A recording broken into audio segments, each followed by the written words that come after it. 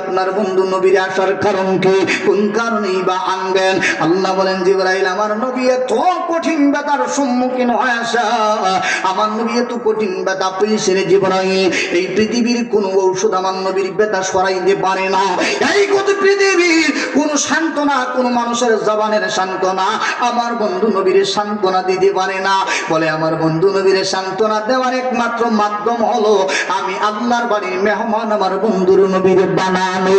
এবার জিবরিল আমিন নবীরে লইয়া ওই উম্মে হানির ঘর থেকে আল্লাহ রাসূলকে বাইতুল মাকদিস থেকে দুনিয়ার জমিন থেকে বাইতুল মাকদিস পর্যন্ত ইসরা করায়া সফর করায়া এরপরে নবী আমার সাত আসমান সাত জমিন রাসূলুল্লাহকে পানি দেওয়ায়া সিদরাতুল মুনতাহার উপরে জিবরিল আমিন দিলেন। ইয়া রাসূলুল্লাহ ওই জায়গার মধ্যে আমি জিবরাইলের শেষ ও নবীজি এখান থেকে উপরে যাওয়া আমার পক্ষে সম্ভব না, আপনি নবীকে একা একা যাওয়া লাগবে। আমি জিবরাইলের 600 নূরের পাকা আমার আল্লাহ নূরের তাজল্লুতে জ্বলে সরকার হয়ে যেতে পারে। নবী আমার একা একা আল্লাহ রাব্বুল আলামিনের আরশে আজিম পর্যন্ত পৌঁছান। আল্লাহ রাব্বুল আলামিন আমার নবীকে এই পৃথিবীর জমিনে আল্লাহ জান্নাত যে বানাইলেন, এই পৃথিবীর জমিনে কোনো চক্ষু নাই, আল্লাহ জান্নাত দেখেছে, এমন কোন কান নাই জান্নাতের বাতাস জান্নাতের শব্দ কান দ্বারা ঢুকেছে, এমন কোন নাক নাই জান্নাতের গ্রাম তার নাকের মধ্যে ঢুকেছে। আল্লাহ ওই জান্নাতটা আমার নবীরে দেখাইলেন। জোরে বলি সুবহানাল্লাহ। আল্লাহ রসুলকে আল্লাহ আরশ কুরসি লৌহ কলম জান্নাত জাহান্নাম সব কিছু দেখাইলেন। এবার আল্লাহ বলেন বন্ধু আপনাকে সব কিছু দেখাইলাম নবী, আপনি খুশি নাকি বেজার? আমার নবী বলেন আল্লাহ এখনো আমি নবী খুশি না। আল্লাহ জান্নাত দেখলাম জাহান্নাম দেখলাম আরশ কুরসি লৌহ কলম সব কিছু অবলোকন করলাম, এখনো তো আপনার নূরানী চেহারাটা আমি রাসূল কারীম সাল্লাল্লাহু আলাইহি ওয়াসাল্লামের সাথে স্পষ্ট হলো না। আল্লাহ রাব্বুল আলামিন সাথে সাথে আমার নবীকে ওই যে ফাকানা কাবা কাউসাইনি আও আদনা একেবারে টান দিয়া আমার আল্লাহর নিকটবর্তী নিয়ে বললেন বন্ধু ও বন্ধু গো আর নিকটবর্তী আসতে মন চাইনি। ও বন্ধু আপনার কি এখনো মন ভরে না? আপনি কি এখনো খুশি হইতে পারেন না? আল্লাহর নবী বলেন প্রভু এর চাইতে বড় চাওয়া, এর চাইতে বড় খুশি আর হইতে পারে না। আমি অবশ্যই অবশ্যই খুশি হয়ে গেছি। জোরে বলি সুবহানাল্লাহ। আল্লাহু আকবার। এবার আল্লাহ বলেন নবী আপনি খুশি তো? বলে আল্লাহ আরেকটা কাজ আছে, আরেকটা জিনিস বাকি রইছে, আমি এখনো পরিপূর্ণ খুশি হইতে পারি না। বলে আল্লাহ নবী গো আমি সব কিছু আপনি রাসূলকে দেখাইলাম, আমি আল্লাহর সাথে কথা বললেন, আমার চেহারা মোবারক কুদরতের চেহারা দেখালেন। রবি জানতে চাই এখনো খুশি হইতে পারেন না, কি এমন রয়েছে? আল্লাহ নবী বলেন প্রভু আমি তো জান্নাত দেখলাম, আমি তো জাহান্নাম দেখলাম, আমি তো আপনি আল্লাহর সাথে কথোপকথন করলাম, আমি আপনার নূরানী চেহারা মোবারক দেখলাম, কিন্তু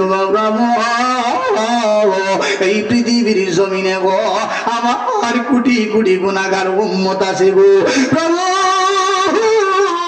যতক্ষণ পর্যন্ত না আমার কোটি কোটি গুনাহগার উম্মতে আপনি আল্লাহর সাথে মেরাজ না করবে গো ততক্ষণ পর্যন্ত আমি নবী খুশি হইতে পারি না। জোরে বলুন সুবহানাল্লাহ। আল্লাহু আকবার।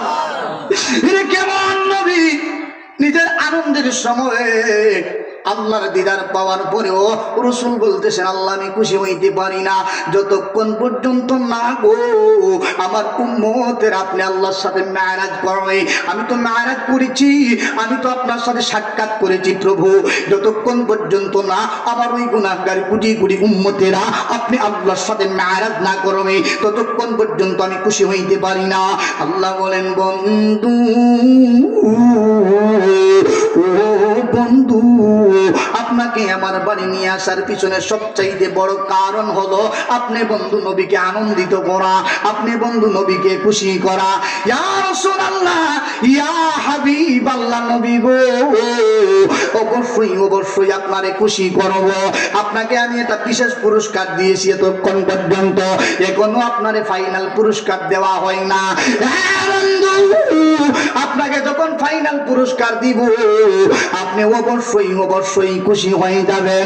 আল্লাহ কি ফাইনাল পুরস্কার গো?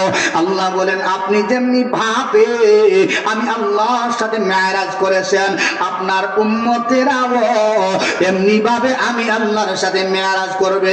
এর ওয়াদা আজকে আমি আল্লাহ আপনি নবীর সাথে করলাম। আল্লাহু আকবার। কিসের ওয়াদা? আল্লাহর সাথে কথা বলার, মেরাজ করার কম বড় কথা নেই। আল্লাহ রাব্বুল আলামিন বলেন ইয়া রাসূলুল্লাহ ইয়া হাবিবাল্লাহ ওগো নবীজি আপনি আমার সাথে সাত আসমান সাত জমিন পাড়ি দিয়া বুরাকের মধ্যে আরোহণ করে মেরাজ করেছেন, কিন্তু গো নবী আপনার গুনাহগার উম্মতেরা মেরাজ করবে না, এটা হতে পারে না। অবশ্যই আপনার উম্মতদেরকেও আমি আল্লাহ খুশি করব। আল্লাহ বলেন, আল্লাহ রাসূল বলেন আল্লাহ কেমন করে গো? আমি তো একমাত্র মানব একমাত্র নবী, আমি একা একা বুরাকের মধ্যে আরোহণ করে এসেছি।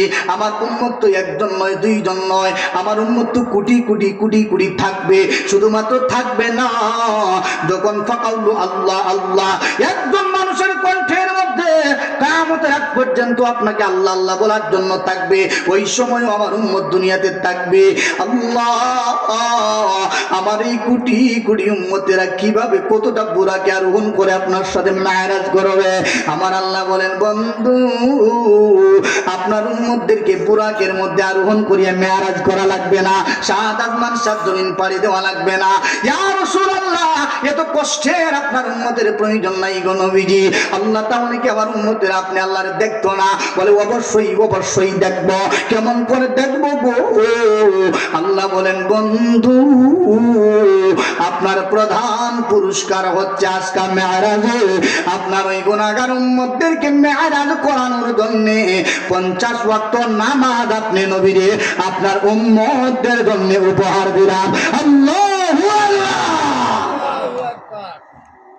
আল্লাহ নবী রাহমাতাল লিল আলামিন খুশি হয়ে গেলেন। আল্লাহ এই নামাজ নিয়ে আমার উম্মতের মেরাজগুলো অবশ্যই এই সময় গো আপনার উম্মত আমার জমিনের মধ্যে তার কপালটা লাগাইব।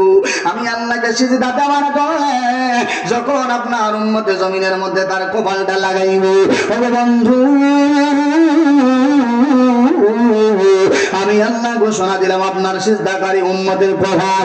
আর আমি আল্লাহর জমিনের মধ্যেখানে যেই ফাঁকা জায়গাটুকুন থাকবে ওই ফাঁকা জায়গাটুকুনদের মধ্যে প্রত্যেকবার যতবার সিজদা দিবে প্রত্যেকবার আপনার উম্মতকে মেরাজ করানোর জন্য আমি আল্লাহ হাজির হয়ে যাব।